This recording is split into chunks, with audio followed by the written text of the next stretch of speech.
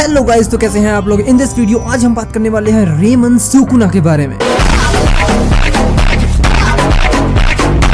Ramon Sukuna इतना ज्यादा brutal character है जो सबसे ब्रूटल कैरेक्टर में नंबर 1 पे आ चुका है, क्योंकि इससे पहले फ्रीजा था, बट फ्रीजा भी कभी कभी नरम दिल हो गया, लेकिन Sukuna is the most brutal character in the anime history and manga history, क्योंकि ये बंदा जो भी करता है उन सब चीजों में अपना ही फायदा होता है इसका, भले वो किसी को बचा रहा हो या फिर किसी को मार रहा हो, बस उसमें सुकुना का मजा होना चाहिए। अब तुम ये देखो कि जिसे हजारों सालों पहले से ही किंग ऑफ कर्स कहा जाता था, एंड हजारों सालों पहले जिसे मारने के लिए इतने सारे सॉर्सरर्स गए थे, इवन इतने सारे जुजुत्सु सॉर्सरर्स होने के बाद भी वो उसे मार ना सके, तो बंदे में कुछ तो बात है। इवन इतनी बात भी है कि इसके इतने ज्यादा स्ट्रॉन्ग होने की वजह से इस बंदे ने खुद की पूजा दूसरों से करवा ली, एक्चुअल पूजा, वो भी एक विलन होने के बाद भी।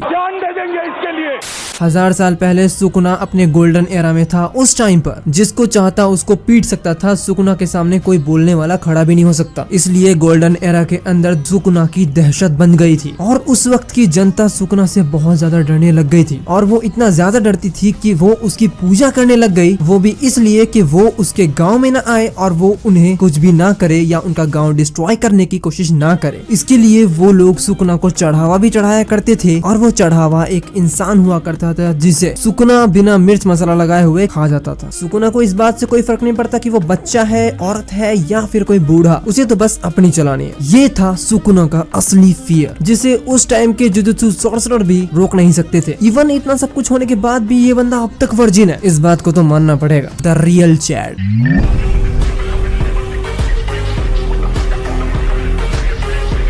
सुकुना को मारने वाला कोई भी बंदा था ही नहीं, तो इस वजह से उसकी अपनी नेचुरल डेथ हुई थी या फिर किसी बीमारी से वो मर गया था। इन दोनों में से कोई एक पॉसिबिलिटी हो सकती है, क्योंकि अभी तक ये बताया ही नहीं गया कि सुकुना एक्चुअल में मरा कैसे, बस थ्योरीज बना के बैठे हैं सारे के सारे। जहाँ तक मेरा ख्याल है, जिस बंदे ने भी सुकुना को मारा या जैसे भी वो मर गया, तो उसके बाद भी उसकी आत्मा को शांति नहीं मिली होगी। इस वजह से हो सकता है उसके 20 फिंगर्स के अंदर उसकी आत्मा को सील किया गया हो एंड अलग अलग जगह भेज दिया गया हो। मे बी ये हो सकता है, क्योंकि सारा कुछ फिंगर्स से ही अटैच है। एपिसोड 1 में सुकुना का एक फिंगर जब इटाडोरी ने खाया था तो वो इतना ज्यादा स्ट्रॉन्ग बन गया था कि उसे हराना बहुत ज्यादा मुश्किल हो गया था, लेकिन उसे हराया गोजो ने। एपिसोड 1 की बात कर रहा हूँ सिर्फ। सुकुना के अब तक 2 वेसल बने हैं और दोनों वेसल में से स्ट्रॉन्गेस्ट वेसल है, और जहाँ तक मुझे लगता है वो है इटाडोरी, क्योंकि पहली बात तो वो हीरो है। ये बिक गई है गवर्नमेंट। चलो मजाक से हट के बात करते हैं। इटाडोरी के ऊपर सुकुना जब आया था उस टाइम पर यूजी का सुकुना पर बहुत ज्यादा कंट्रोल था, फुशिगिरो से तो ज्यादा ही था, क्योंकि इटाडोरी के आगे पीछे कोई था नहीं जिससे सुकुना उसे टॉर्चर कर सके या कुछ भी ऐसा कर सके जिससे इटाडोरी उसके कंट्रोल में आ जाए। एंड सुकुना ने कितना ही किया फिर भी कंट्रोल में इटाडोरी आ नहीं पाया, and at the end Sukuna ने इटाडोरी के साथ कॉन्ट्रैक्ट कर लिया, क्योंकि इटाडोरी जिद्दी था। सो सुकुना के पास कोई और चारा भी नहीं था। मुझे कैसे भी करके निकाल मेरे भाई, मैं फंस गया हूँ यहाँ। क्योंकि उसे बाहर तो आना है, अपनी प्रेजेंस तो दिखानी ही होगी सभी को, राज जो करना है दुनिया पे।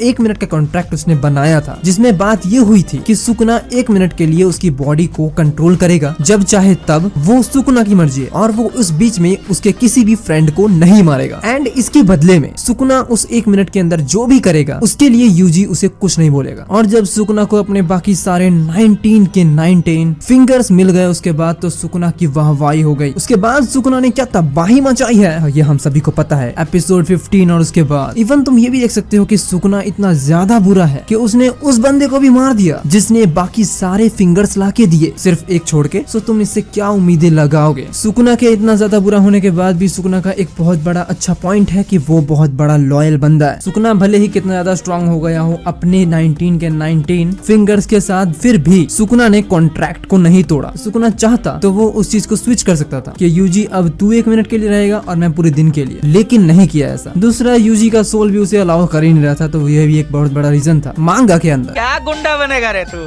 यहाँ पर चीजें तब बिगड़ने लगी और सुकुना के लिए चीजें तब सुधरने लगी जब उसने अपने वेसल को स्विच किया in Megumi Fushiguro. And this is the main plot of entire Jujutsu Kaisen manga. अगर तुमने मांगा नहीं पढ़ी है तो तुम्हें लगता होगा कि सुकुना को इतने सारे मौके मिले मागुमी को मारने के, उसके बाद भी उसने नहीं मारा। क्यों? क्योंकि उसे एक्चुअल में मागुमी की जरूरत है, क्योंकि he had a 10 shadows technique, और एक्चुअल में सुकुना के लिए Megumi is the better vessel than Yuji. ये कहानी स्टार्ट होती है चैप्टर नंबर 211 से, जहाँ पर कलिंग गेम स्टार्ट होता है एंड यूरोजू जो सुकुना की लवर होती है, जो सुकुना से वन साइडेड लव करती है, जो गोल्डन एरा से सुकुना की दीवानी है, हाय हाय क्या प्यार है, चलता है मुझसे। यूरोजो रियली बहुत ज्यादा पावरफुल थी, जो यूटा से तो ज्यादा ही है। सो मुझे नहीं पता कि यूटा अगर कंप्लीट सुकुना से लड़ेगा तो उसका क्या होने वाला है आगे। इस बात को साइड करते हैं एंड तब तक बात करते हैं यूरोजो एंड सुकुना के बारे में। यूरोजो एक बहुत ही अलग टाइप की पगलेट औरत थी जो नंगी घुमा करती थी और उसे सुकुना का चैडपन बहुत ज्यादा पसंद आता था शुरुआत से ही। सुकुना लेकिन अपना चैड बंदा भाव नहीं देता था इसको। दैट्स व्हाई यूरोजो सुकुना के पीछे और भी ज्यादा जाती थी। हाँ तो सिंगल लॉन्डो समझ लो बात को, करना यही है हमें।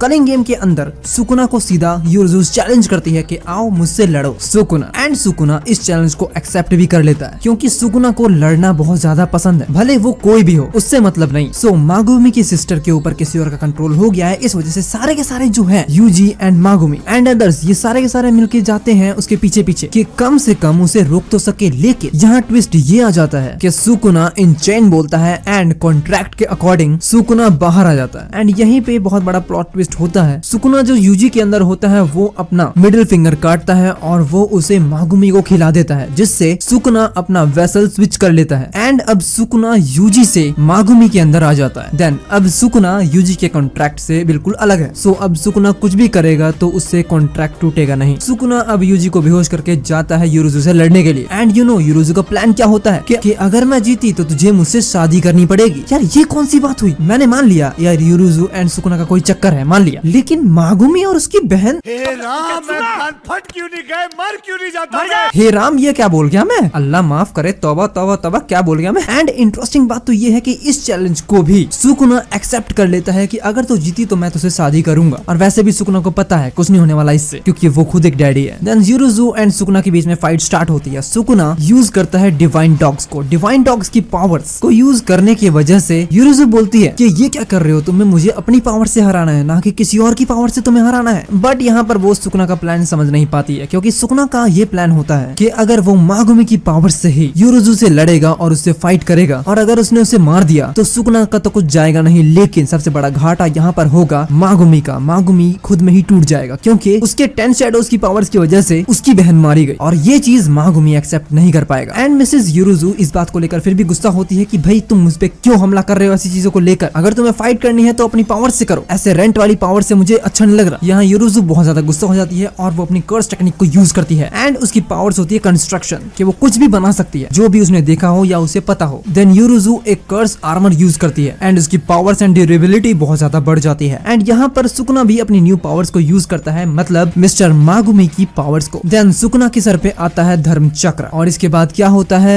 तुम्हें पता ही होगा अगर तुमने मांगा पढ़ी है तो। सुकुना के ऊपर यूरोजू अटैक करती है एंड देन सुकुना यहाँ मागुमी के शिकेगामी को समन करता है, like round deer shikigami, elephant shikigami, piercing ox, इन सब की हेल्प से सुकुना यूरोजू को हरा देता है। अपने हार की वजह से यूरोजू अपना लास्ट अटैक सुकुना पे करती है जिसमें वो यूज करती है परफेक्ट स्पेयर को। एंड इस अटैक के बारे में बता दूं तो इस अटैक को आप छू ही नहीं सकते हो, डॉज कैसे करोगे। एंड इसके साथ साथ यूरोजू डोमेन एक्सपेंशन भी यूज करती है जिससे लगता है कि सुकुना का बचना नामुमकिन है, बट सुकुना के पास होता है यहाँ महोरागा। महोरागा यहाँ परफेक्ट स्फीयर को तोड़ देता है एंड इसके बाद उस ब्लास्ट में बहुत बड़ा बवाल हो जाता है एंड यूरोजू हार जाती है और वो मर भी जाती है। एंड यहाँ सबसे बड़ी बात ये रहती है कि यहाँ मागुमी अपने आप में बहुत ज्यादा टूट जाता है क्योंकि उसकी बहन को उसी ने मार डाला, एक अलग वे में कह सकते हैं। एंड यहाँ मागुमी की जीने की इच्छा खत्म हो जाती है और उसका सोल वहीं गायब हो जाता है और सुकुना का कंट्रोल उसकी बॉडी पे पूरी तरह से हो जाता है। सो भाई साहब इसलिए मेरे ख्याल से सिर्फ सुकुना के लिए मागुमी बहुत ही अच्छा वेसल रहा है क्योंकि जैसे ही मागुमी को सुकुना ने अपना वेसल बनाया उसके बाद ही सुकुना का फुल कंट्रोल मागुमी के ऊपर हो गया। आपको ये वीडियो कैसी लगी मुझे कमेंट में लिख के जरूर बता देना एंड आपको और किस पे वीडियो चाहिए वो भी मुझे बता देना जिससे मैं आगे की तैयारी कर सकूं। अब मिलते हैं नेक्स्ट वीडियो के अंदर। ऐसे ही वीडियोस चाहिए तो चैनल को सब्सक्राइब करो, बेल आइकन जरूर दबा देना। Thank you for watching guys, मिलते हैं नेक्स्ट वीडियो में।